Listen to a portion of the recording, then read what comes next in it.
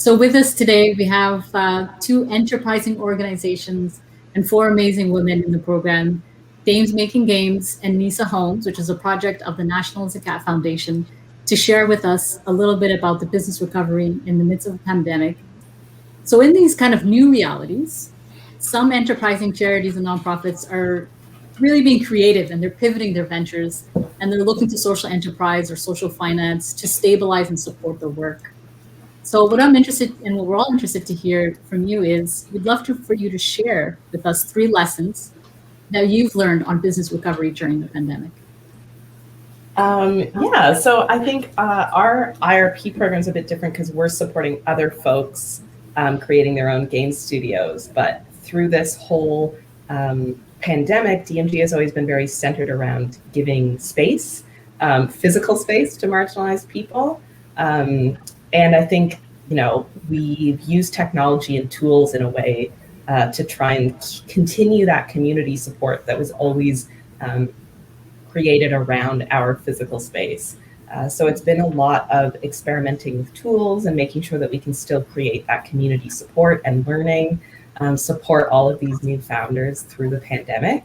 And I think particularly we have a lot of artists and creative individuals and helping them actually use tools online and be able to continue creating art and cultural products has been really important during this pandemic for our community. So one of the key things we really took to heart was slowing down and acknowledging that everybody's energies were really in unpredictable places.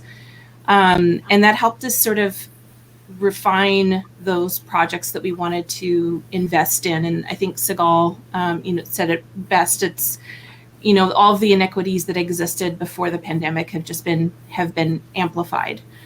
So what can we do to use this time where we're slowing down and refining our work to sort of scope our energy and investment of time into programs in a way that gives people who have been marginalized and pushed out of these spaces in the past a leg up?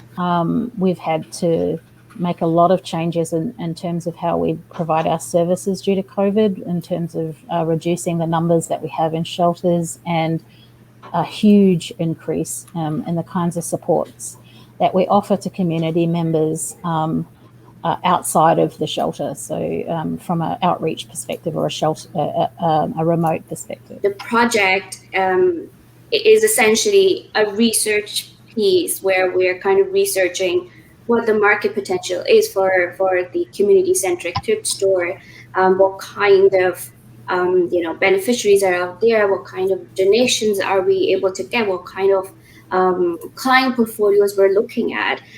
So essentially this whole period has been an unforeseen opportunity for us to tap into the alternative and virtual options out there that would ensure that this business, this social enterprise, is developed in a way with even more safety and with those kind of buffer zones in place as we launch it.